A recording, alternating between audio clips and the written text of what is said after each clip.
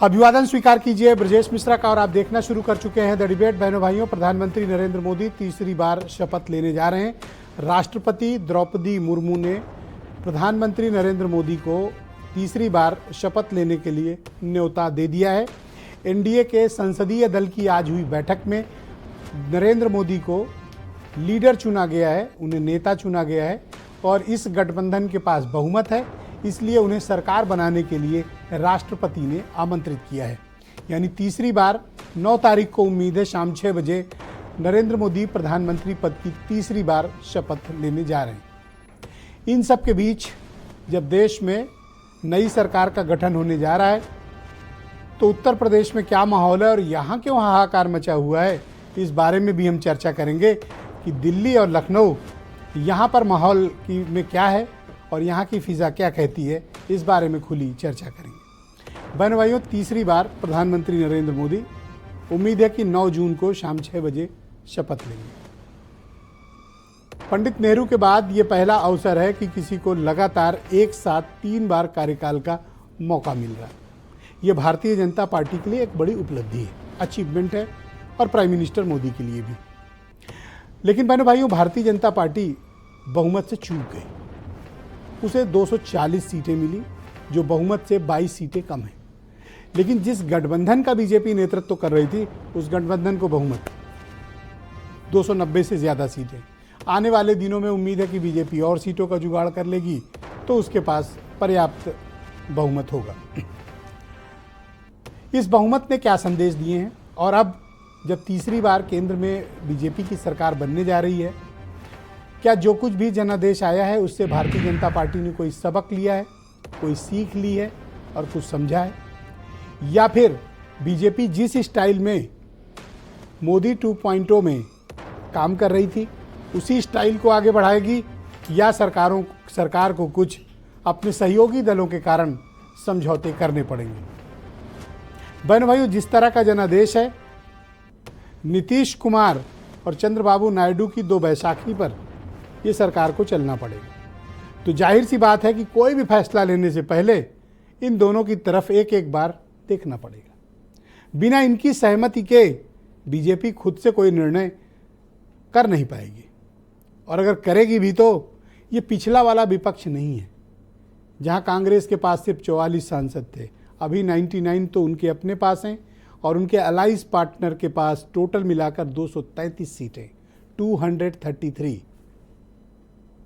यानी मुकाबला बड़ा जोरदार होने जा रहा है इस देश की लोकसभा में, और ये नज़ारा पिछले कार्यकाल के लोकसभा के मुकाबले बहुत अलग होगा। क्यों होगा?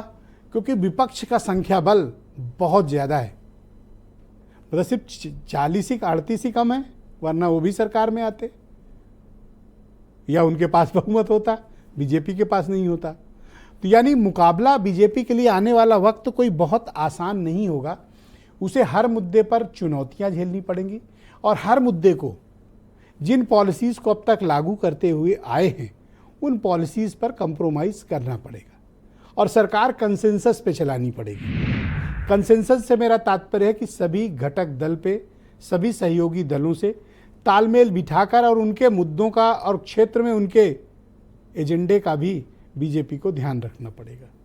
जैसे चंद्रबाबू नायडू अपने इलाके में बहुत प्रॉमिसेस करके आए आंध्र प्रदेश में, तो भारत की सरकार को, केंद्र की सरकार को भी आंध्र प्रदेश ओरिएंटेड पॉलिटिक्स की पॉलिसीज़ बनानी पड़ेंगी।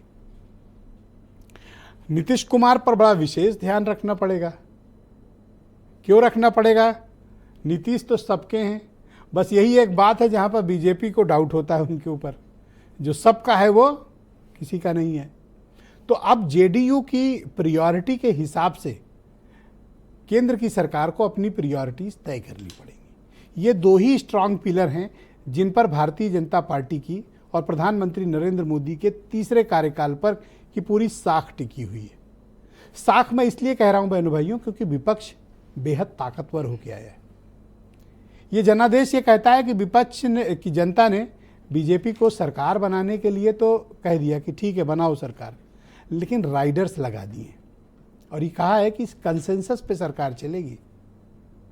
ये सरकार ओल्ड पॉलिसीज़ के हिसाब से नहीं चल सकती, इसमें उन सभी समावेशी राजनीति का, समावेशी नीतियों का आपको अवलोकन करना पड़ेगा और सबको साथ लेकर चलना पड़ेगा। ये जनादेश यही कहता है। ये तो हुई दिल्ली की बात। लखनऊ में हाहाकार मचा है। अब तक 5-7 बीजेपी के नेताओं के, पूर्व मंत्रियों के, हारे हुए लोकसभा प्रत्याशियों के बयान आ चुके हैं। कोई कह रहा है संविधान आरक्षण की वजह से भाग गए, कोई कह रहा है पिछड़ा चला गया, कोई कह रहा है शेड्यूल्ड कास्ट चला गया है, कोई तो कह रहा है शेड्यूल्ड ट्राइब तो हमें मिला ही नहीं, कोई कह रहा है ठाकुर भाग गया, कोई कह रहा है कि ब्राह्मणों ने वोट नहीं दिया। तो ये बीजेपी को इतने वोट मिले फिर कहाँ से? अगर सब इनसे चले गए तो इनको वोट किसने दिया है? इस पर भी बात होनी चाहिए। लेकिन आज लखनऊ में 2 दिलचस्प नज़ारे थे। उत्तर प्रदेश हारकर भी भारतीय जनता पार्टी के हेडक्वार्टर पे पटाखे दागे जा रहे थे। आज उत्सव मनाया जा रहा था, ढोल नगाड़े पे डांस हो रहा था। आपके मन में सवाल होगा कि हारकर भी क्यों? दिल्ली में सरकार बनी है इसलिए। दूसरी तरफ आज कांग्रेस के हेडक्वार्टर में कम से कम 1 घंटा पटाखे फूटे हैं और नारेबाजी हुई है। सिर्फ 6 सीट जीतकर नहीं, आज उनके प्रदेश अध्यक्ष आए थे जिन्होंने मोदी जी का मार्जिन कम कर दिया। तो आप ये सोच रहे होंगे कोई हारकर भी नगाड़े बजा रहा है और कोई सरकार नहीं बना पाया फिर भी नाच रहा है, पटाखे बजा रहा है। बहन भाइयों, यही इंडियन डेमोक्रेसी की खूबसूरती है। इसी को कहते हैं जनता, इसी को कहते हैं जनता का विजडम। हारे दोनों हैं लेकिन खुश भी दोनों हैं। क्यों? वो कहते हैं तुमको ठीक कर दिया, वो कह रहे हैं तुम्हें ठीक कर दिया। असली बात यह है कि जनता ने दोनों को ठीक कर दिया है। कुछ बयान सुनिए, फिर आज की डिबेट को आगे बढ़ाएंगे। अभी बैसाखी के सहारे सरकार बनाने जा रहे हैं। 240 सीटें उनको कुल जनता ने दी है। अयोध्या भी उनको हरा दिया, चित्रकूट भी हरा दिया, रामपेट भी हरा दिया। वो तमाम जगह जो धर्म से जुड़ी वहां उनको हरा दिया है। कायदे से नरेंद्र मोदी को खुद इस्तीफा देकर के पीछे हट जाना चाहिए। उनको सरकार बनाने का दावा नहीं करना चाहिए। जो सरकार बनते दिख रहा है उसमें कहीं ना कहीं पेच फंसा दिख रहा है, क्योंकि हर आदमी की अपनी मुद्दे हैं, हर आदमी की अपनी महत्वाकांक्षाएं हैं। तो मैं नहीं समझता कि एनडीए परिवार बड़ी स्थिर सरकार देने का काम करेगा। विपक्ष ने तरह तरह के प्रलोभन दिए, तरह तरह की अफवाहें फैलाने का प्रयास किया, हर प्रकार के प्रयास किए, लेकिन फिर भी देश की जनता ने तीसरी बार मोदी सरकार बनाने का काम किया। आज एनडीए को जिस तरह से पूर्ण बहुमत देने का काम किया है, उसकी वजह से आज तीसरी बार सरकार बन रही है। विपक्ष परेशान है कि उसके सारे हथकंडे फेल हो गए, चाहे टकाटक हो, खटाखट हो, उन्होंने सब तरह के प्रयास किए लेकिन सारे प्रयास धाराशायी हो गए। बहनों भाइयों, आज की परिचर्चा को हम आगे बढ़ाएंगे। समीर सिंह उत्तर प्रदेश में भारतीय जनता पार्टी के प्रवक्ता हैं। फराज किदवई मेरे साथ मौजूद हैं, समाजवादी पार्टी के प्रवक्ता हैं। आसिम वकार साहब मेरे साथ मौजूद हैं, राष्ट्रीय प्रवक्ता हैं एमआईएम के। मेरे साथ देवकी नंदन मिश्रा जी मौजूद हैं, बहुत ही जाने माने पत्रकार हैं और राजनीतिक मामलों के एक्सपर्ट हैं। प्रियंका गुप्ता उत्तर प्रदेश में कांग्रेस कमेटी की प्रवक्ता है, मेरे साथ इस कार्यक्रम का हिस्सा हैं। और राघवेंद्र द्विवेदी एसबीएसपी के प्रवक्ता। कल से मुझे बहुत लोग लिख रहे हैं राघवेंद्र कि अरुण नहीं आ रहे हैं, अरुण नहीं आ रहे हैं। अब मैं क्या करूं, उन्हें क्या जवाब दूं कि अरुण क्यों नहीं आ रहे हैं? आपसे पूछूंगा, जवाब तैयार रखना।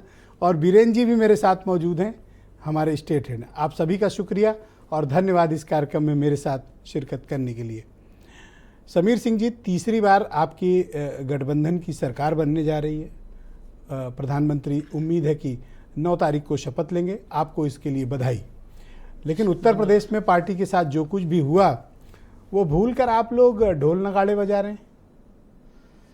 नहीं, देखिए ब्रजेश जी, एक तो मैं आपको भी बधाई देता हूँ, उत्तर प्रदेश और देश की जनता को भी बधाई दे रहा हूँ कि आज देश का, हम सब का सौभाग्य है कि आदरणीय नरेंद्र मोदी जी देश के लिए तीसरी बार कल प्रधानमंत्री पद की शपथ लेंगे और देश की सेवा करेंगे। परसों 9 तारीख को, परसों 9 तारीख को देश की सेवा करेंगे। और जो हमने नारा दिया था 2014 में सरकार में आने से पहले, सबका साथ, सबका विकास और सबका विश्वास, आज माननीय प्रधानमंत्री जी ने जब एनडीए की बैठक हो रही थी तो आप उनके भाषण को देखेंगे तो उन्होंने बड़े विश्वास से कहा कि हमने जो कहा था वो हमने किया है, आगे भी जो हम कहे हैं उसको हम पूरा करेंगे और देश का स्वाभिमान, सम्मान, लोगों गरीबी से लड़ाई, भ्रष्टाचार के खिलाफ लड़ाई, इन सब चीज़ों को लेके हम देश को प्रथम राष्ट्र बनाने का काम करेंगे जो दुनिया के अंदर अपना स्थान प्राप्त कर सके। हम सबके लिए गौरव का विषय है। आप कह रहे थे कि ढोल नगाड़ा बज रहा था, निश्चित रूप से आज हमारे सभी जिला हेडक्वार्टरों पर, प्रदेश मुख्यालय पर कार्यकर्ता खुशी मना रहे थे। आज जनता खुशी मना रही है कि देश के प्रधानमंत्री के रूप में माननीय नरेंद्र मोदी जी शपथ लेने जा रहे हैं। ये हम सब के लिए गौरव का दिन है। रही बात उत्तर प्रदेश की, तो निश्चित रूप से मैं कह सकता हूँ ब्रजेश जी कि जो परिणाम आया हमारे अनुरूप नहीं रहा, लेकिन मैं इतना जरूर कहूँगा कि जिन लोगों ने झूठ, फरेब, नफरत और फरेब करके जनता को भ्रमित किया है, कल से ही उनका रिजल्ट उनको प्राप्त होने लगा है। आज आपने अखबार में देखा, को आप फरेब कहते हो? नहीं, मैं अपनी बात पूरी कर लूं। मैं इस नाते कह रहा हूं, कल कांग्रेस के दफ्तर में मुस्लिम महिलाएं अपना फार्म लेके लाइन लगाई थी। जिस कांग्रेस पार्टी ने झूठ बोल के ये कहा था कि ये फार्म भरिए, हमको वोट दीजिए, हम आपको 1 लाख रुपया देंगे, वो फार्म लेके नहीं सरकार बनेगी। देखिए ब्रजेश जी, यही तो मैं कह रहा हूं, सरकार बनती यही तो मैं कह रहा हूं कि झूठ फरेब इस नाते कह रहा हूं कि उन्होंने ये नहीं कहा। उन्होंने कहा ये फार्म रखिए। क्या आपकी पार्टी मुख्यालय पे कोई 15 लाख मांगने गया था? ये फार्म रखिए। देखिए, हमने कभी नहीं कहा था कि हम 15 लाख देंगे। अरे बयान है। मैं अपनी बात पूरी कर लूं। ये झूठ और फरेब की जो बात थी, वो महिलाएं लाइन लगा रही हैं सब जगह कार्यालय पे। कर्नाटक में लगा रही हैं, लखनऊ में लगा रही हैं, इनकी सरकारों में लगा रही हैं। दूसरी तरफ इन्होंने कहा हम संविधान बदलना चाहते हैं। विडंबना देखिए, जो माननीय नरेंद्र मोदी जी ने संविधान के प्रणेता डॉक्टर भीमराव अंबेडकर जी के पंच तीर्थों को, चाहे वो देश में हो चाहे विदेश में हो, उसको संरक्षित करने का काम किया, उसको बढ़ाने का काम किया, अंबेडकर जी के सपनों को साकार करने का काम किया। जो अंबेडकर ने सपना देखा था कि गरीबों को घर होना चाहिए, गरीबों के घर में खाना होना चाहिए, उनके रसोई में भोजन होना चाहिए, कोई भूखे न सो पाए। ये दीनदयाल जी का भी अंत्योदय का जो हमारा विचार था, वो यही विचार था, उसको लेके मोदी जी ने पूरा किया। मैं बात पूरी कर लूं, आपके सवाल का भी जवाब दे दूंगा। अब 2 सवाल। और उस अंबेडकर जी के विचार को लेकर भ्रम फैलाया गया कि साहब भारतीय जनता पार्टी संविधान बदलना चाहती है। संविधान किसने बदला? कांग्रेस पार्टी ने साहबानो केस में संविधान पर हमला किया। किसने? समाजवादी पार्टी ने इलाहाबाद के हाई कोर्ट पर हमला किया। हमने कभी न बदला, हमने कभी न बदला, न बदलूंगा, और डिबेट इंटरेक्टिव होनी चाहिए। बदलने दूंगा। अरे मेज क्यों ठोक रहे हो? अच्छा देखिए, आपके 7 यूनियन मिनिस्टर उत्तर प्रदेश में चुनाव हार गए। मौजूदा जो आपकी राज्य सरकार है उसके 16 मंत्री अपनी अपनी विधानसभा हार गए। बूथ कितने कितने नेता हारे हैं उनकी तो गिनती ही नहीं है। क्या रिस्पॉन्सिबिलिटी फिक्स होगी? आप कोई आत्मचिंतन, आत्ममंथन करेंगे या जश्न मनाएंगे? नहीं, देखिए ब्रजेश जी, हम कांग्रेस और समाजवादी पार्टी नहीं, हम भारतीय जनता पार्टी हैं। हम हर चुनाव को चुनौती के रूप में लेते हैं। हम कार्यकर्ता आधारित दल हैं। हम जीतते हैं तो भी समीक्षा करते हैं और हम हारते हैं तो भी समीक्षा करते हैं। हम जीत की भी समीक्षा करते हैं और हम हार की ही समीक्षा करते हैं। हम सिर्फ लोगों को कोसते नहीं हैं। उत्तर प्रदेश की जनता ने, देश की जनता ने जो जनादेश दिया है, मैं उसका हाथ जोड़ के स्वीकार करता हूं और मैं जनता को बधाई देना चाहता हूं, दे रहा हूं आपके चैनल के माध्यम से। अभी तो आप कह रहे थे कि फरेब है। नहीं, समाजवादी पार्टी और कांग्रेस ने जो फरेब किया, मिला वो फरेब, जो झूठ बोला, अच्छा। जो फरेब किया, लोगों को गुमराह किया, मैं तो कह रहा हूं, मैं कह रहा हूं कि मैं जनादेश का सम्मान कर रहा हूं। लेकिन जिन लोगों ने जिम्मेदारी पद पर रहते हुए झूठ बोला, उनका क्या होगा? मैं फराज किदवई को आमंत्रित करता हूं, समाजवादी पार्टी के प्रवक्ता है। फराज किदवई जी, स्वागत आपका। समाजवादी पार्टी को बड़ा मैसिव मैंडेट मिला है। आपकी पार्टी का जब से गठन हुआ, ये सबसे सर्वश्रेष्ठ प्रदर्शन किया आपकी पार्टी ने।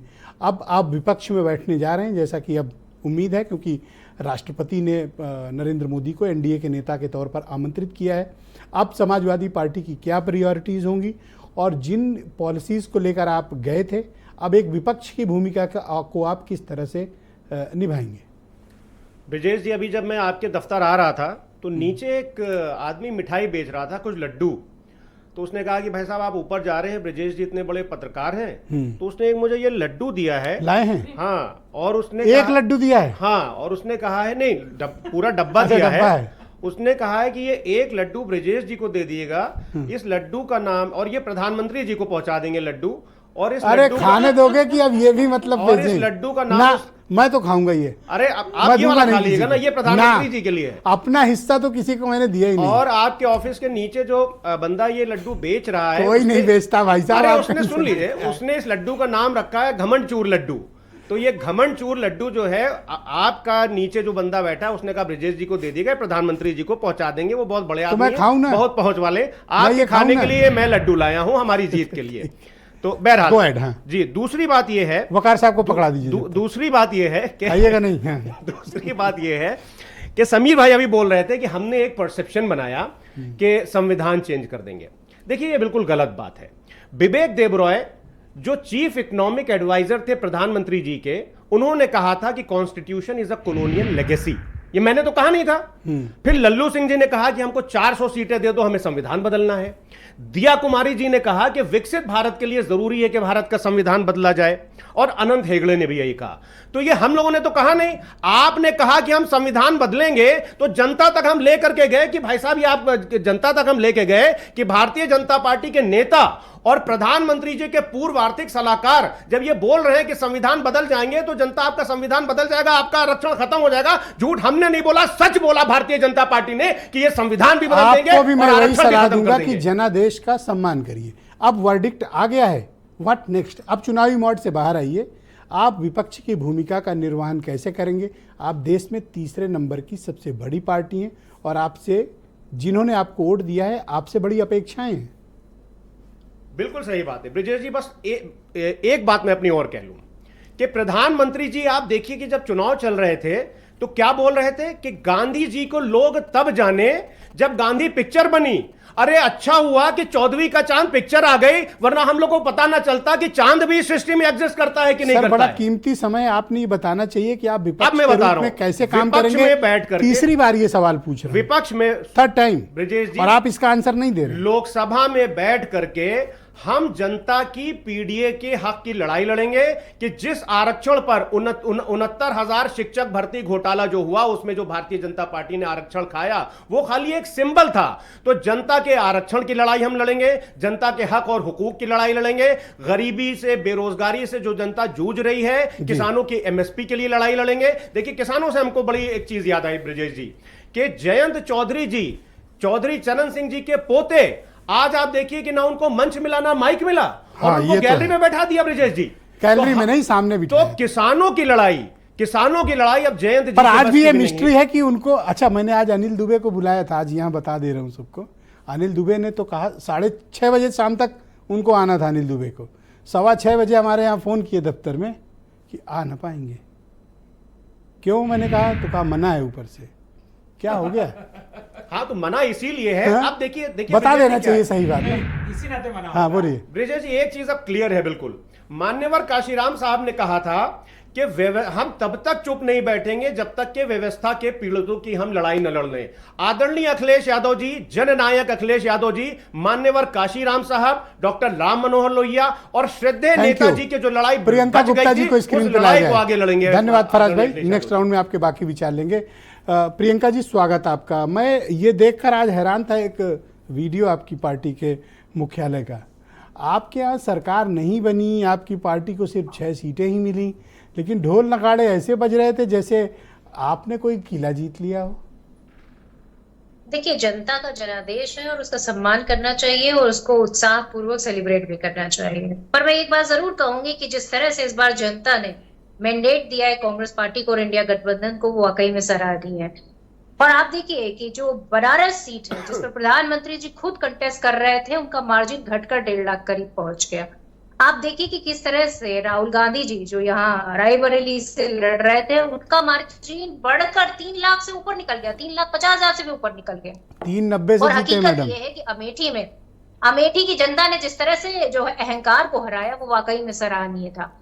और उन्होंने जिस तरह से 1.5 लाख से भी ज्यादा वोटों से हराया, वो भी अपने आप में एक जनता का जनादेश था। और सिर्फ यही नहीं कहूंगी, मैं तो कहूंगी गठबंधन के जो हमारे साथी हैं, उन्होंने अयोध्या में जो मात दी है वो वाकई में सराहनीय है। और इससे बात से साबित हो जाता है कि जो भी बात कह रहे थे यहाँ पर समीर जी बैठकर कि उन्होंने घर दे दिया, ये दे दिया, अरे कितने घर तोड़ दिया आपने, उन घरों का क्या? ये उन्हीं की हाय और बद्दुआ है कि आप अयोध्या हार गए, और वो भी बुरी तरीके से।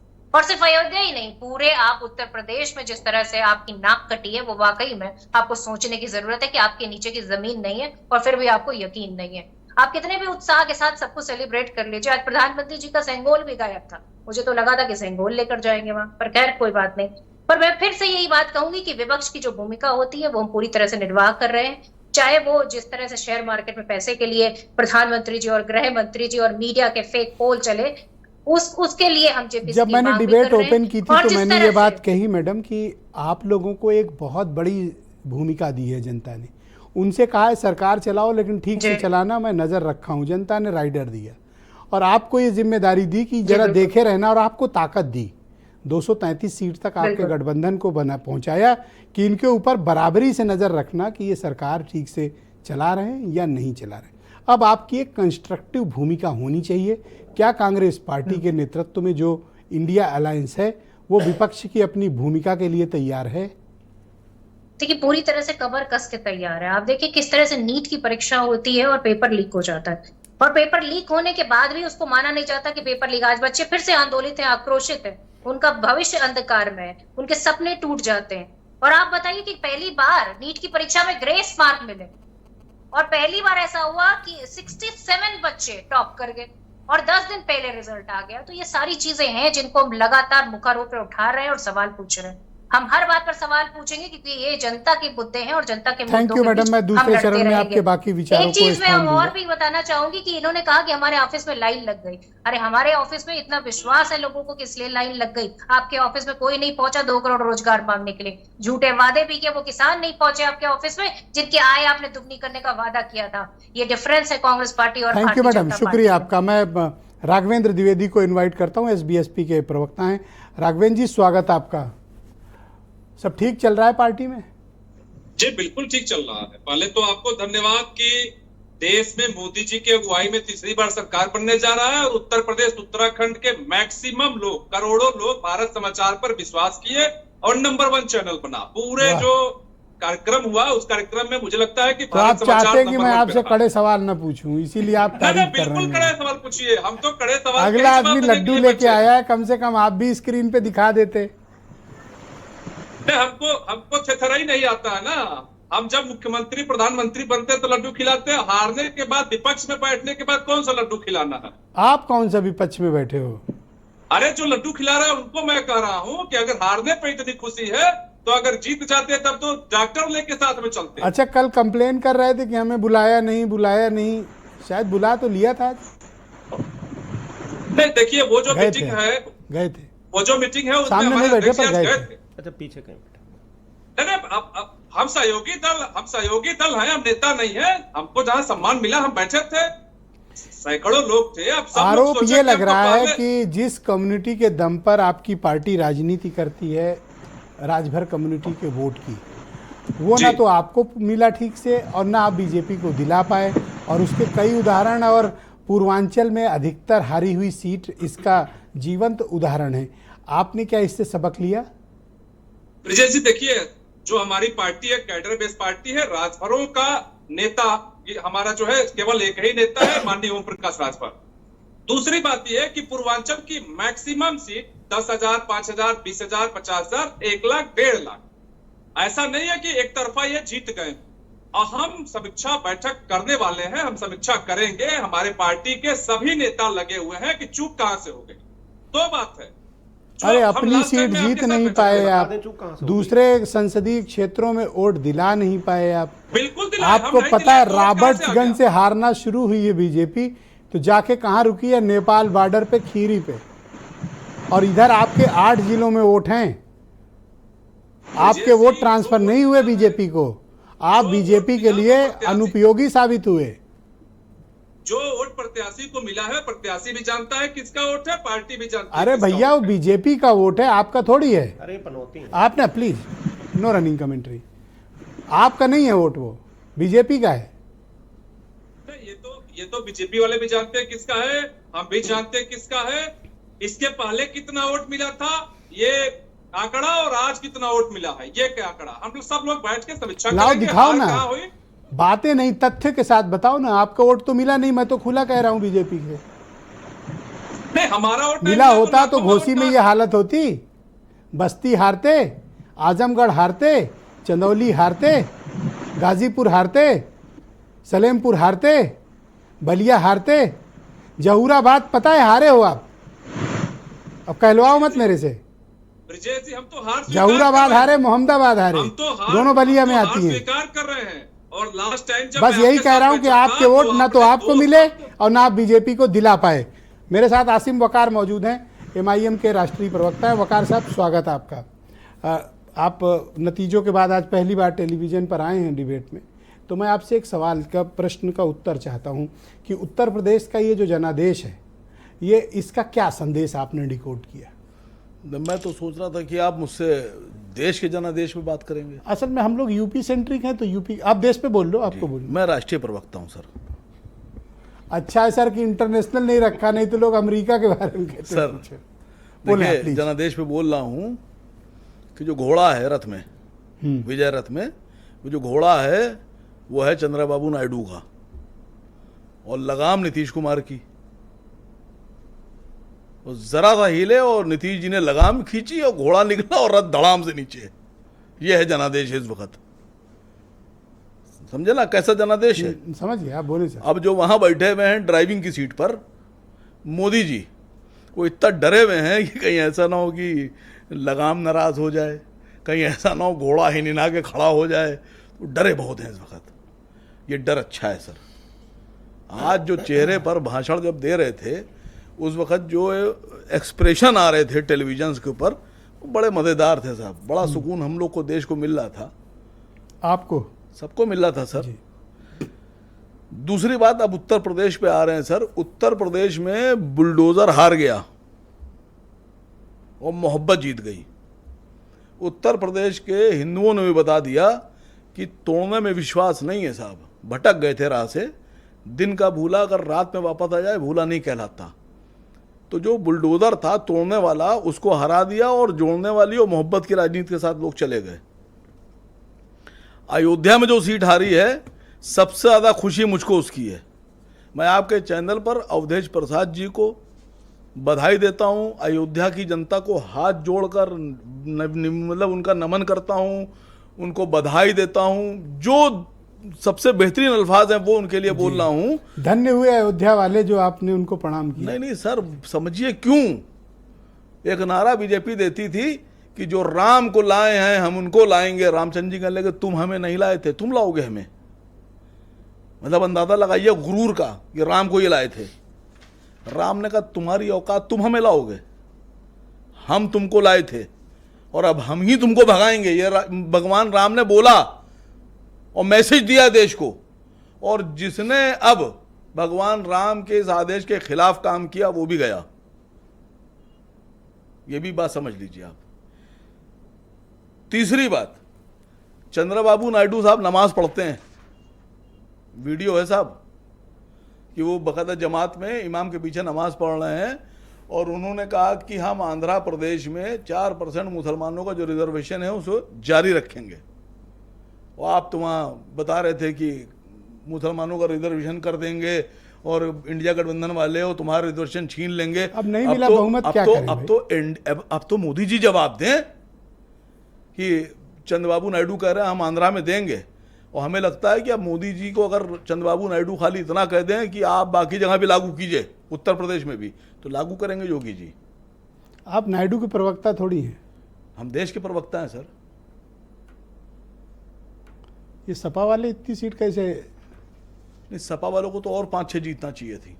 अरे हाँ, पानी पी पी घर 5 साल आपने कोसा और आज तारीफ पे तारीफ। देखिए, इतना बदलाव हमारी- कैसे सर, आपके सर, यहाँ सर, आ गया? हमारे राजनीतिक मतभेद हो सकते हैं, हमारे वैचारिक मतभेद हो सकते हैं, लेकिन जब देश की बात आएगी तो हम देश जो जोड़ने वाले लोग हैं उन्हीं के साथ खड़े मिलेंगे सर। क्या कारण था कि ओवैसी जी ने 18 सभाएं यहाँ की और बनारस तक में सभाएं की उन्होंने? सर, आरोप तो ये लगा कि आप एक कम्युनिटी का वोट काटने के लिए सर, ओवैसी साहब ने 18 रैलियां उत्तर प्रदेश में की। सर, आपको और आपको 1800 वोट नहीं मिले। सर, आपको पूरी जानकारी नहीं है। 18 रैलियां की हैं, आपके पास जानकारी नहीं है। ज्यादा की हैं। मेरी गुजारिश ये है कि पूरा फीडबैक लीजिए। देखिए, पूरा फीडबैक मैं आपको दे रहा हूँ। जब हम लोग रैली की नहीं की? जब हम लोग की बात हुई तो ओवैसी साहब ने बिल्कुल साफ तौर पे मुझसे एक बात कही थी, और बहुत स्ट्रिक्टली हमारे राष्ट्रीय अध्यक्ष ने हमसे कहा कि उत्तर प्रदेश में एक भी हम अपना कैंडिडेट MIM का लोकसभा में नहीं उतारेंगे। हमने क्यों नहीं उतारिएगा? कहने कि नहीं, इस वक्त इंडिया गठबंधन को जीतने दीजिए। तो ये पल्लवी पटेल के साथ इंडिया गठबंधन जिता रहे थे? नहीं, पल्लवी पटेल साहब अपने कैंडिडेट देखिए, पल्लवी पटेल की कौशाम्बी में सभा, मिर्जापुर में सभा, बनारस में सभा। सर पल्लवी पटेल हमारी पार्टी की नेता नहीं है, उनकी अपनी निजी पार्टी है। उनकी पार्टी का चुनाव निशान है लिफाफा। उसी लिफाफे पे गए थे हमारा निशान है पतंग, उनका निशान है लिफाफा। ये सवाल आप उनसे पूछिए। आपको मुसलमानों ने बुरी तरह से फिर रिजेक्ट कर दिया, चौथी बार। विधानसभा में देखेंगे फिर से। छूने नहीं दिया आपको, चिमटे से नहीं छुआ। नहीं, वोट में सर फिर से हम आएंगे। 1800 वोट के लिए मोहताज कर दिया आपको सर। विधानसभा में हम फिर आप गए थे कौशाम्बी, मुंह के बल गिरी सर। विधानसभा में हम फिर से आप गए थे बनारस, मुंह के बल गिरे सर। विधानसभा अब तौबा करिए उत्तर प्रदेश से कि यहाँ चुनाव को तौबा। क्या सकारात्मक एक सेकंड ना सर चक्कर में पड़े किसके? कुछ और डिबेट करिए, जिसे बात कुछ है ही नहीं उसकी चक्कर में अरे आपकी मोहब्बत में इतना समय बर्बाद कर रहे हैं, डिबेट की इतने समय बर्बाद कर रहे हैं आप, इतना समय बर्बाद कर रहे हैं। एक सेकंड सर। हाँ बोलूँ सर प्लीज। देखिए, उत्तर प्रदेश में विधानसभा चुनाव आएंगे तो हम आपको फिर से ज़मीन पे दिखेंगे। आपने कहा अभी कि मुद्दे क्या होंगे, ना मुद्दे असली ये लड़ रहे हैं, ना मुद्दे असली वो लड़ रहे हैं। मुद्दे पता है आपको देश में क्या है? देश में है महंगी शिक्षा।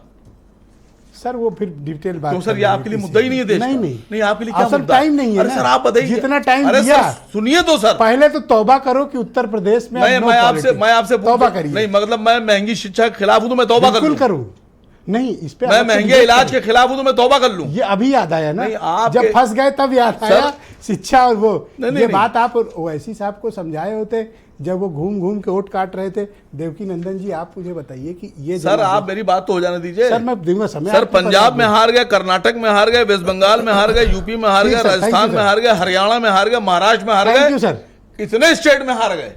Thank you sir. और देवकी नंदन जी, आप मुझे बताइए कि ये जनादेश जो उत्तर प्रदेश में आया है, इससे भारतीय जनता पार्टी को कितना बड़ा सेटबैक मिला है, और विपक्ष की भूमिका आने वाले वक्त में कितनी इंपॉर्टेंट होगी, और कौन कौन सी कम्युनिटी जो बीजेपी से हटी? देखिए, ये जनादेश भारतीय जनता पार्टी को सिर्फ उत्तर प्रदेश में सेटबैक नहीं दे रहा है, ये पूरे देश में सेटबैक दे रहा है, खासकर नरेंद्र मोदी जी के लिए। हालांकि कल 9 तारीख को प्रधानमंत्री पद की शपथ लेने जा रहे हैं एनडीए की, तो मोदी जी को बधाई इसके लिए। लेकिन बार बार 2014 से पूरा देश ये सुन रहा था, सरकार किसकी? बीजेपी की नहीं, मोदी की सरकार। आज जब से ये रिजल्ट आया है 4 जून को, उसके बाद से क्या पता चल रहा है? एनडीए की सरकार। कभी किसी ने नारा नहीं लगाया कि मोदी की सरकार है। अब हम आते हैं उत्तर प्रदेश पर। देखिए, उत्तर प्रदेश में हम लोग इस इलेक्शन के दौरान कई बार डिबेट किए, हम आप किए, और कई बार, मतलब मुझे लगता है कम से कम 10 बार हम लोगों ने डिबेट की होगी, और 10 बार हर बार मैंने ये कहा कि भारतीय जनता पार्टी के लिए यह चुनाव बहुत ज़्यादा नुकसानदायक होगा, बहुत कांटे की लड़ाई है। और भारतीय जनता पार्टी के कई नेता हमारे मित्र हैं, मैंने उनसे भी कहा, लेकिन वो लोग मानने को तैयार नहीं थे। कई सांसद मेरे जानने वाले हैं, मैंने उनसे कहा कि भाई आप चुनाव हार सकते हो। उन्होंने कहा मैं 3 लाख से जीतूंगा, जीते 25,000 से, कई उनमें से हार गए। तो दरअसल बीजेपी के जो नेता के भीतर गुरूर बहुत था, इतना गुरूर हो गया था, उस गुरूर को जनता ने खंडित कर दिया। इसे कोई माने या ना माने, आप किसी बीजेपी के नेता से बात करिए तो लगेगा एक नैरेटिव चल रहा है कि नान यादव ओबीसी जो पहले बीजेपी से जुड़ा हुआ था वो निकल गया, एसटी कम्युनिटी निकल गई, और एससी कम्युनिटी का भी एक बड़ा हिस्सा, स्पेशली पासी कम्युनिटी का, ये सब भी चला गया। बिल्कुल आप ठीक कह रहे हैं। देखिए, हम लोग एक दिन डिस्कस भी किए थे, पासी ही नहीं गया है, जाटो भी गया है। दरअसल है क्या, मैं तो मानता हूं कि हम लोग उस दिन डिस्कस कर रहे थे, आपने 33 की बात की थी, लेकिन मैंने कहा था लेकिन इससे ज्यादा हो सकता है, मैं मानता हूं कि 50% जो है जाटव और पासी तो ज्यादा गया है, जाटव भी 50% उधर चला गया है। आप देखिए बिगेस्ट बेनिफिशियरी कम्युनिटी है, 8 सीटें जीत के आई है पासी कम्युनिटी, वो तो 80 में 8 सीटें। दरअसल ये जो पूरा अवध का इलाका है, इस अवध के इलाके में सबसे ज्यादा पासी आता है, यहां से लेकर के पूरी। अरे मिस्री, खरदोई, मोहनलालगंज, कौशाम्बी, लालगंज, मछली शहर, बांसगांव, तो ये सब पासी के इलाके हैं। तो बीजेपी ने वहां टिकट बहुत ज्यादा पासी लोगों को दिया था, हालांकि समाजवादी पार्टी ने भी दिया था। 5 पासी जीते हैं सपा से और 3 जीते हैं बीजेपी से। लेकिन बीजेपी को उतना फायदा नहीं मिला, बीजेपी को उतना फायदा नहीं मिला क्योंकि पासी वोट भी उधर शिफ्ट कर गया समाजवादी पार्टी की तरफ। उसकी वजह है दरअसल देखिए, पूरे एक ऐसा नैरेटिव सेट हो गया कि ये जो संविधान की बात अभी समीर जी कर रहे थे और वो कर रहे थे, एक नैरेटिव सेट हो गया कि वाह हो सकता है संविधान बदल जाए। तो दलित संविधान या फिर नहीं, और भी मसले हैं, और भी मसले हैं। देखिए क्या है, संविधान ने तो मुझे लगता है तड़का लगाया, लेकिन उसके अलग बेस में और भी तमाम चीजें। उसके अलावा एक और मसला है। एक मसला ये है कि राशन दिया जाता है, राशन का सबसे ज्यादा उपभोग करने वाला कौन है? दलित कम्युनिटी है। लेकिन उनको हर मीटिंग, कोई मीटिंग सरकारी होती है, प्रधानमंत्री जी कर रहे हैं, मुख्यमंत्री जी कर रहे हैं, डिप्टी सीएम कर रहे हैं, तो ब्लॉक का जो अफसर होता है बीडीओ, वो और जो कोटेदार होता है, वो सारे राशन पाने वालों को बुलाता है। मतलब एक राशन महीने में एक बार मिल रहा है, लेकिन साल में उसे कम से कम 10 बार बीजेपी की मीटिंग में जाना पड़ रहा है और बताया जा रहा है कि हम तुमको राशन देंगे। हिंदू मैथोलॉजी में अगर किसी को कोई दान दिया जाता है तो यह बताया नहीं जाता है, गुप्त दान होता है। लेकिन यह कोई दान नहीं है, ये सोशल वेलफेयर स्कीम है। अब क्या इक्वेशंस बदलेंगे यूपी में? नहीं, यूपी में देखिए क्या है कि समाजवादी पार्टी और कांग्रेस का जो इक्वेशन है वो 2000 लोग कह रहे थे ना कि 2019 में जो गठबंधन हुआ था सपा बसपा का, देश का सबसे बड़ा गठबंधन था। मैंने कहा था नहीं था, ये गठबंधन सबसे बड़ा गठबंधन साबित हो गया। और इस गठबंधन, अगर ये गठबंधन कायम रहा, मुझे लगता है कायम रहेगा, तो 2027 में उत्तर प्रदेश में भारतीय जनता पार्टी के लिए बहुत बड़ी मुश्किल खड़ी होने वाली है। मैं उसके आगे कुछ नहीं कहूंगा। थैंक यू देवकी जी। मैं डिबेट को आगे बढ़ाता हूं, थोड़ी देर में वीरेंद्र जी भी हमारे साथ अभी जुड़ेंगे। समीर जी, मैं आपसे जानना चाहता हूं कि आपकी पार्टी को इस बात का इल्हाम जरा भी नहीं हुआ कि आपके नीचे से पूरी ज़मीन निकल गई है और आप लोग किसी और नैरेटिव में रहे, कोई और फीडबैक में रहे? क्या भारतीय जनता पार्टी ने सुझाव और सलाह की खिड़की बंद कर ली जिस कारण आपकी यह हालत हुई? नहीं ब्रजेश जी, मैं 2 बातें कहूँगा। एक तो हमें लगता है कि हर व्यक्ति अपने आधार पर मीमांसा करता है। अभी देवकी नंदन जी जो बात कर रहे थे कि हम राशन देने वालों को बुलाते थे, इसमें कोई सच्चाई नहीं है। कहीं ना कहीं इनका मतिभ्रम है और इनकी जानकारी की कमी नहीं है। एक सेकेंड, आपने बोल लिया है, मेरा जवाब अपनी बात हमारी। दूसरा मतिभ्रम है, जानकारी की कमी है, फिर से उसको पूरा करना चाहिए। दूसरा, अभी मैं एमआईएम के प्रवक्ता को सुन रहा था, कांग्रेस के मुख्य प्रवक्ता बोल रहे थे, कांग्रेस की अयोध्या भारतीय जनता पार्टी हार गई, इनको इतनी खुशी है जैसे लग रहा है कि इनको मथुरा का पेड़ा मिल गया है। कांग्रेस के मुख्य प्रवक्ता ने तो चित्रकूट गिना दिया, फलाना गिना दिया, ढेकर। देखिए ये कितने हमारी संस्कृति के, हमारे जो धार्मिक प्रतिष्ठान हैं उनके विरोधी हैं, उनके प्रति कितनी नफरत है इनके मन में।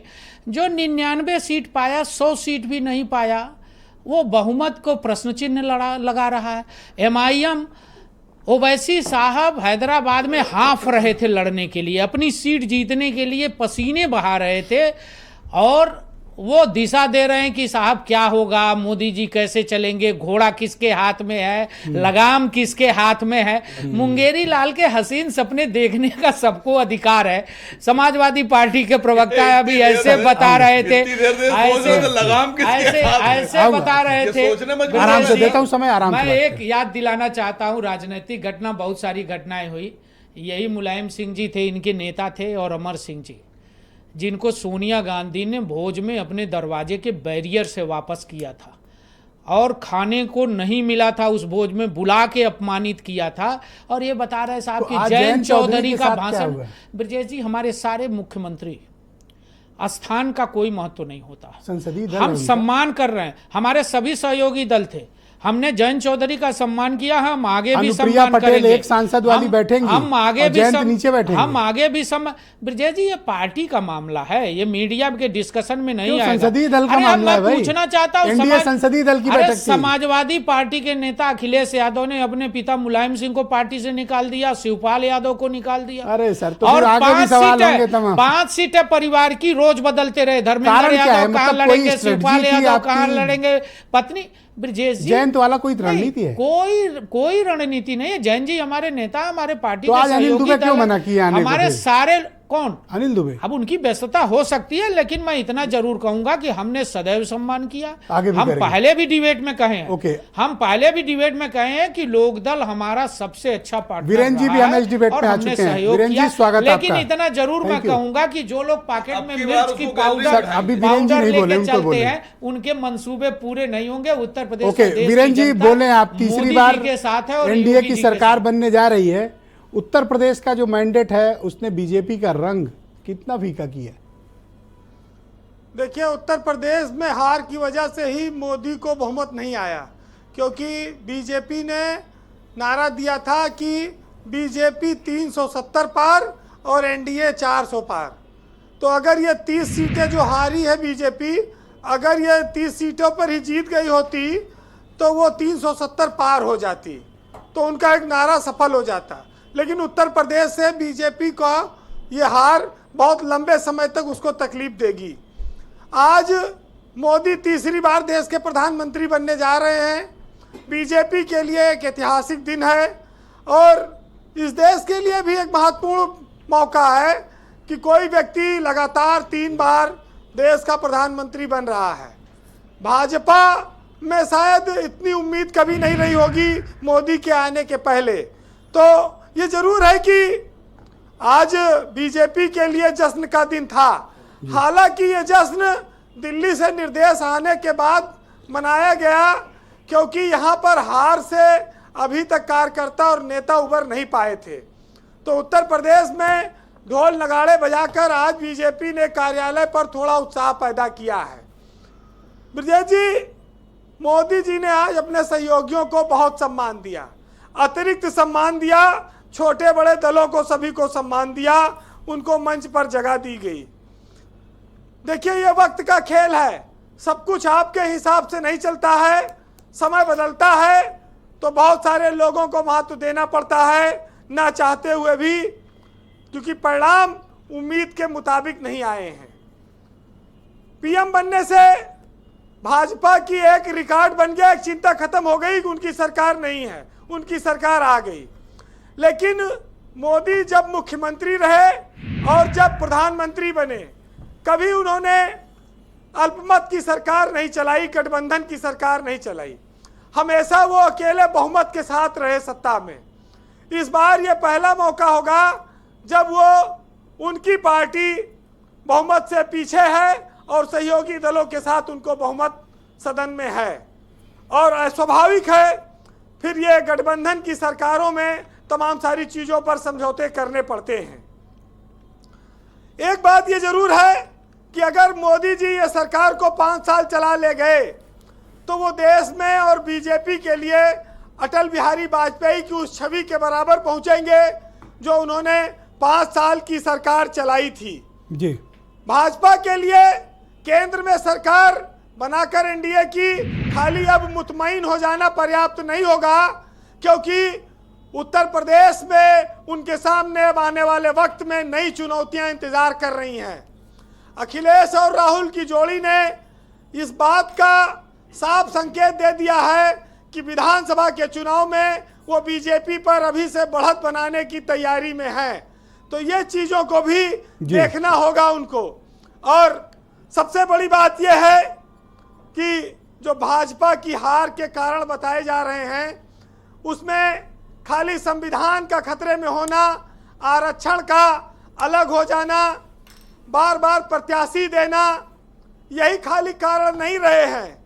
इसके अलावा कई सारे और कारण भी आपको देखने होंगे, जिसमें एक चीज़ देवकी नंदन जी ने कही कि मंत्री नेता जब अपने कार्यकर्ताओं को सम्मान नहीं देंगे, उनका काम नहीं होगा, तो स्वाभाविक है कि उनके अंदर निराशा होगी।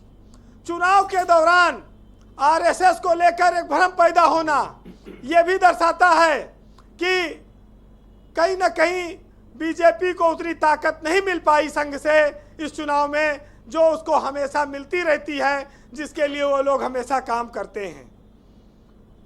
और एक महत्वपूर्ण बात ब्रजेश जी जिस पे नजर नहीं जा रही लोगों की, उत्तर प्रदेश में अब की बार एक निराशा और हाथ आएगी।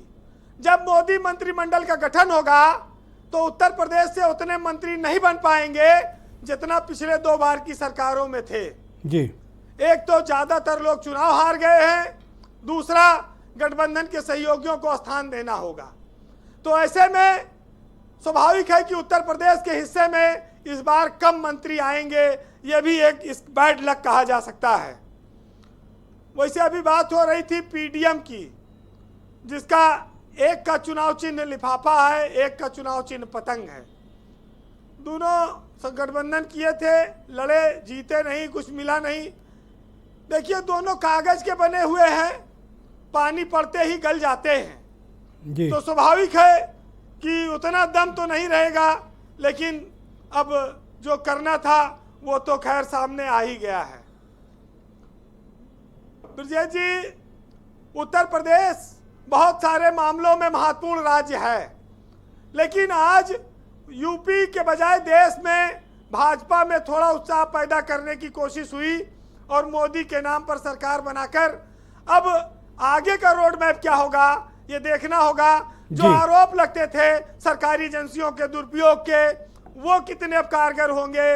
बीजेपी जो अपने एजेंडे उसके थे, तमाम सारे धर्म के एजेंडे, उन सब का क्या होगा ये आने वाले वक्त में पता चलेगा और कैसे होगा। जी वीरेंद्र जी, कंक्लूड करें जी।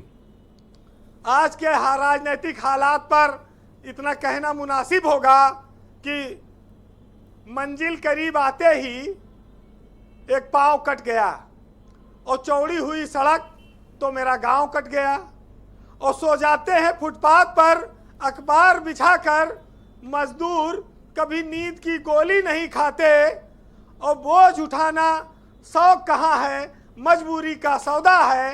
रहते रहते स्टेशन पर लोग कुली हो जाते हैं। बहुत शुक्रिया वीरेंद्र जी, आपका बहुत बहुत धन्यवाद ग्राउंड जीरो से अपने इनपुट, फीडबैक और पॉलिटिकल ऑब्जर्वेशंस हमें उपलब्ध कराने के लिए। बहनों भाइयों, वक्त थोड़ा है, मैं अपने पैनलिस्ट से रिक्वेस्ट करूंगा कि संक्षेप में अपनी बात दूसरे चरण में प्रस्तुत करें। फराज किदवई जी, मैं जानना चाहता हूं कि समाजवादी पार्टी, जिसको बड़े पैमाने पर ओबीसी और शेड्यूल्ड कास्ट कम्युनिटी का वोट मिला है, अब आप उनके हक और अधिकारों की रक्षा कैसे करेंगे? ब्रजेश जी, मान्यवर काशीराम साहब ने कहा था कि हम तब तक चुप नहीं बैठेंगे जब तक कि व्यवस्था के पीड़ितों को इंसाफ नहीं दिला देंगे। तो हमारे राष्ट्रीय अध्यक्ष आदरणीय अखिलेश यादव जी मान्यवर काशीराम साहब जी के उसी मिशन पे आगे काम करेंगे। दूसरी बात, देवकी नंदन जी ने एक बहुत अच्छी बात कही, घमंड की। तो इफ्तिखार आरिफ साहब का एक शेर है बहुत अच्छा कि ये वक्त किसकी रौनक पर खाक डाल गया। रौनक मतलब घमंड। ये वक्त किसकी रौनक पर खाक डाल गया, ये कौन बोल रहा था खुदा के लहजे में। अरे साहब, प्रधानमंत्री जी तो भगवान के अवतार हो गए थे। और ब्रजेश जी, रही बात गठबंधन सरकार की, तो देखिए अटल बिहारी वाजपेयी जी का भी यहाँ पर जिक्र आया। बहुत बड़े नेता थे और वो स्टेट्समैन थे। जब अटल बिहारी वाजपेयी जी की सरकार 13 दिन और 13 महीने में गिर गई, तो ये तो शहंशाह सरकार यहाँ पर चला रहे हैं। एक छोटा सवाल है, बदल गए जी? ये तो बदल गए, एकदम जज्बाती बदल दिए, कैसे? नहीं, हमको लगता है कि असीम वकार साहब और इनकी पार्टी भी जो है ये देश को देश प्रेम करते हैं। अच्छा। देश से इनको प्रेम है और ये कब लगा भी है? इसीलिए भारतीय जनता पार्टी की जो कुशासन है, हम ही लोग विलेन बन जाते हैं, ये पता नहीं कब भारतीय जनता पार्टी का जो कुशासन है उस कुशासन के खिलाफ हमको लगता है ये भी आगे लड़ाई लड़ेंगे। ऑल राइट, मैं प्रियंका जी आपसे जानना चाहता हूं कि अब कांग्रेस का उत्तर प्रदेश में नेक्स्ट गोल पॉलिटिकली क्या है? आप क्या करेंगी अब यूपी में? देखिए, सबसे पहले तो हम धन्यवाद यात्रा निकालेंगे जो सभी जितने भी जो है हमारी विधानसभाएं वहां यात्रा मैडम, और धन्यवाद यात्रा। ओके।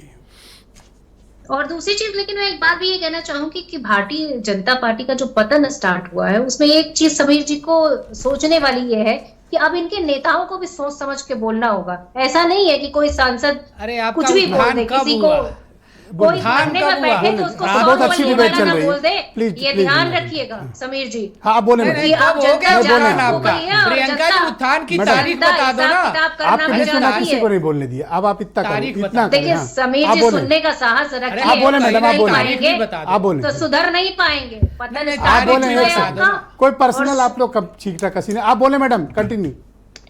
देखिए मैं इनसे सिर्फ इतना समीर जी से कहना चाह रही हूँ कि जो अभी अभी एक किस्सा हुआ, हालांकि मैं उसे सही नहीं मानती, लेकिन फिर भी मैं कहूंगी कि अब इनके सांसदों को संभल कर बोलना पड़ेगा। किसी को भी कुछ भी बोलने का अधिकार नहीं है। ऐसा नहीं है कि आप अरे उत्थान धरने की पे बैठे तारीख किसी बता व्यक्ति दो को बस। 100 रुपये वाला हम तो बोल दो। तारीख ऑल राइट, बहुत और शुक्रिया उसके आपका जी। मैडम थोड़ा सा वक्त का अभाव, आज कोऑपरेट कर दें। अगले दिन आप लोग का टाइम थोड़ा बढ़ा देंगे क्योंकि थोड़ा आज वक्त कम है। राघवेंद्र जी आप मुझे बताइए कि अब एसबीएसपी क्या करेगी? क्या नए सिरे से आप लोग आत्मचिंतन और समीक्षा के लिए तैयार हैं? जो कुछ भी बड़ी भयंकर आपको राजनीतिक दुर्घटना का सामना करना पड़ा। अब दूंगा सर। बिल्कुल हम आत्मचिंतन करेंगे, बिल्कुल हम समीक्षा भी करेंगे और घोसी की जनता के सामने नतमस्तक है कि इतना वोट से हमको प्यार दिया और सवारा। दूसरी बात कि हम ये समाजवादी पार्टी का साथ छोड़कर जाना आपके वोटर्स को शायद पसंद नहीं है, ऐसा? देखिए उसमें कई फैक्टर हो सकता है। ये सब तो ये समीक्षा का फैक्टर विषय तो है। होगा ना, आपको तो लगता होगा, आप तो बड़े। जब मैं आपके साथ बैठा था, ये फैक्टर भी जब तो एक लास्ट होगा। टाइम मैं बिल्कुल हो सकता है, मैं इनकार नहीं कर रहा हूँ। लास्ट टाइम मैं जब बैठा था तो आपने ब्रेकिंग कहा न्यूज था है आपके लिए। हमारे लिए नहीं, ये आपके लिए। ब्रेकिंग न्यूज है आपके लिए। आप संभालो, हम आ गई है। क्यों किसी की गठरी सर पे रखते हैं? आप लास्ट हमने ऐसे गठरी धीरे रखी धीरे है, आएंगे। आप रखो इनको। कि आरक्षण अपने यहाँ जमा कर लो। आरक्षण और विजय जी, ऐसे ही संविधान धीरे जो धीरे आएंगे, अभी जयंत जी भी हो आएंगे। सकता है। तो धीरे धीरे क्या है कि हम समीक्षा करेंगे और समीक्षा में हमारे वोट कैसे डाइवर्ट हो गए या बीएसपी के वोट इनको कैसे मिल गए, इस पे भी हम ध्यान देंगे और हम फिर समीक्षा बैठक करके और नए सिरे से 2027 की तैयारी करेंगे।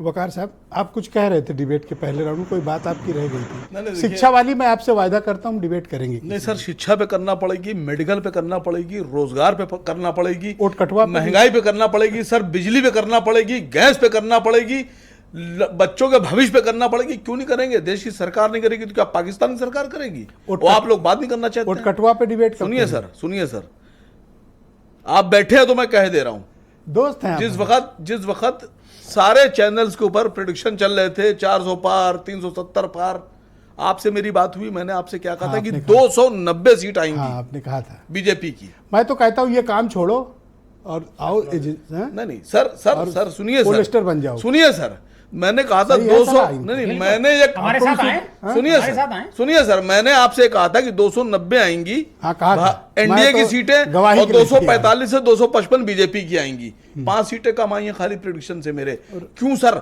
देखिए जब जमीन पर है कि आप काम करेंगे तो आपको चीजें दिखाई पड़ेंगी। जनता ने धर्म की राजनीति को इनकार कर दिया, हिंदू मुस्लिम की राजनीति को वो मैं इनकार कर समझ दिया। गया। वो राजभर जी वाला क्या? परेशान बहुत है बेचारे। अब उनको ये समझ में नहीं आ रहा है कि बीजेपी से तो निकाले जाएंगे, क्या पता सपा लेगी कि नहीं लेगी। पल्लवी पटेल के साथ अभी कंटिन्यू करोगे या डाइवोर्स? फंस गए, फंस गए, आवाज नहीं निकल रही। देखो अगला चिल्ला रहा है फंस गए। अच्छा, मजा बहुत आ रहा है इनको। अपनी सीट हार गए, नहीं, अपने राष्ट्रीय अध्यक्ष जी जनता ने के आपका हरवा दिया। पल्लवी पटेल का साथ कंटिन्यू या डाइवोर्स पॉलिटिकली? ये फैसला हमारे राष्ट्रीय अध्यक्ष जी को लेने दीजिए। आपका मुताबिक क्या है? नहीं, मैं सर आप इस अलायंस के पक्ष में थे क्योंकि फोटो तो बहुत खिंचवाई थी आपने। नहीं, सर बात समझिएगा, पल्लवी पटेल के साथ बात समझिएगा। देखिए फिर मैंने आपसे कहा कि 2027 का तोड़ देना चाहिए, विधानसभा का चुनाव, तोड़ देना चाहिए। जो विधानसभा का चुनाव है, आसिम बकार क्या हमारी चाहते हैं? नजर उसके ऊपर है। आसिम बकार क्या विधानसभा चुनाव पर है। आसिम बकार ये कहते हैं कि हार कभी नहीं मारना चाहिए, पल्लवी पटेल कभी हार नहीं मानना चाहिए। पल्लवी पटेल के साथ लड़ते रहिए, कंटिन्यू, कभी तो जीतेंगे आप। पल्लवी के साथ कंटिन्यू या डाइवोर्स? सर फिर मैंने आपसे कहा कि आप नीतीश फंस जी को गए। देखिए, नीतीश जी को देखिए क्या कर रहे हैं। फंस गए राघवेंद्र, फंस नहीं गए। फंसे हम नहीं है सर, हम गए।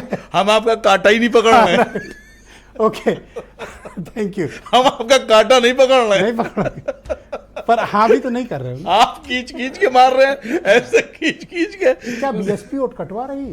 क्योंकि दोनों पार्टी आरोप लगा रही। बीजेपी कह रही सपा वाले को जितवाए, सपा वाले कह रहे 16 इनकी वजह से। बिल्कुल मारी तो वो, गई बेचारी बीएसपी। किसने कहा 16? ये 16 सीटें ऐसी हैं, अगर वहां टाइम्स ऑफ इंडिया में एक डेटा छपा हाँ, था 16 कि सीटें ऐसी हैं 16 सीटों पर मायावती ने समाजवादी पार्टी इंडिया गठबंधन को हराया। इंडिया गठबंधन टाइम्स को ऑफ इंडिया हराया। की हाँ रिपोर्ट। बिल्कुल, एक सही रिपोर्ट है उनकी।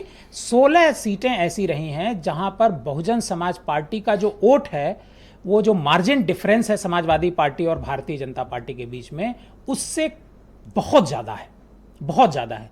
और देखिए भारतीय मैं थोड़ा जनता इस पर इसलिए सहमत नहीं होता। बीएसपी एक नेशनल पार्टी है, वो चुनाव लड़ेगी, उसको वोट नहीं, मिलेगा। BSP किसी का ये कहना कि तुम्हारी वजह से हार गए, ये देखिए मुझे क्या लगता है ये बीएसपी नहीं मासूमियत देखिए, नहीं, मतलब हम लोग पे इल्जाम लगा रहे हैं हमारी वजह से हार गए। नेशनल पार्टी में मायावती का कितनी पैरोकारी है, आप अच्छी बिल्कुल नहीं ठीक है। कह रहे हैं, बीएसपी नेशनल पार्टी है, लेकिन एक सेकंड आता बीएसपी ने जिस तरीके से टिकटों का डिवीजन किया, जिस तरीके से अपने भतीजे आकाश आनंद को उन्होंने घर बिठा दिया, जबकि वो वास्तव में बीएसपी को पार्टी को खड़ा कर रहे थे। मायावती ने ऐसा क्यों किया? किसी के अच्छा, दबाव में मीडिया जरूर में किया खबर होगा। थी कि मायावती पर दबाव है कि अब बिल्कुल दबाव वो था। राजनीतिक थोड़ा भूमिका पीछे हो बिल्कुल, दरअसल क्या और है, आकाश आनंद को कमान दें। बिल्कुल दबाव था उनके ऊपर भारतीय जनता पार्टी का, और याद से नहीं है, बहुत सालों से दबाव है। हर चुनाव में 2022 के थैंक चुनाव यू में सर, भी थोड़ा ऐसा रहा, वक्त की कमी है। 2024 समीर में भाई भी ऐसा ही 20 हुआ। सेकंड सिर्फ लीजिएगा, ओनली 20 नहीं, सेकंड। हमें लगता है घड़ी कि देखकर। देवकी नंदन जी को समाजवादी पार्टी का प्रवक्ता हो जाना चाहिए। बहुजन समाज पार्टी से गठबंधन कौन करता है? समाजवादी पार्टी 2019 में। अभी इन्होंने 2024 कांग्रेस और सपा के गठबंधन की चर्चा की, 2017 की चर्चा नहीं की, जब दो लड़कों की जोड़ी उत्तर प्रदेश में फेल हो गई और अखिलेश जी घुटनों के बल मायावती की कदमों में गए क्या किया जाए? और कुछ भी नहीं हो पाया, कुछ भी नहीं हो पाया। मैं इतना जरूर कहूंगा, मैडम, मैं इतना जरूर 5 कहूंगा सेकंड, ब्रजेश इनका जी क्या करना है? कि समाजवादी पार्टी के नेता प्रवक्ता बार बार अंबेडकर जी की चर्चा कर रहे थैंक थे, यू सर, संविधान की थैंक यू सर, चर्चा कर धन्यवाद रहे थे। धन्यवाद। अरे मायावती डिबेट की ओवर, हत्या थैंक यू। तक करने का आप प्रयास सभी का आपने धन्यवाद, किया। आप सभी का धन्यवाद, और हमेशा बहुत शुक्रिया, बहुत बहुत शुक्रिया, बहुत बहुत धन्यवाद, बहुत बहुत धन्यवाद। बहनों भाइयों, आपका भी शुक्रिया इस कार्यक्रम देखने के लिए। नमस्कार। मैं उम्मीद करता हूं कि आपका आज का दिन अच्छा रहा होगा और कल इससे भी बेहतर होगा। नमस्कार।